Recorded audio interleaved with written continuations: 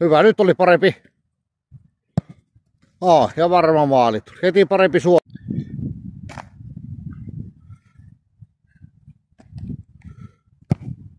Hyvä, nyt taas se vauhti vähän pysähtyi sinne viimeiselle tötterelle. Sä et saanut sitä voimantuottoa. Oli jalat liian lähellä toisiaan. Ei mitään.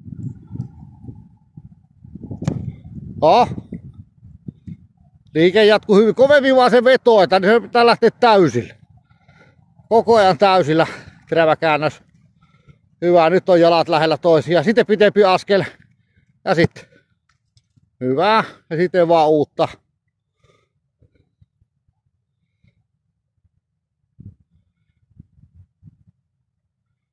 Hyvä.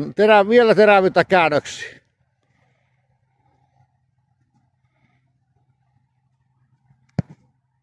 Nyt tuohon viimeiseen, niin muista, että se takimainen jalka ponnistaa sut liikkeelle. Eli älä jätä sitä siihen etumainen jalka. Takimainen jalka ponnistaa. Saat sitä voimantuottoa siihen liikkeeseen.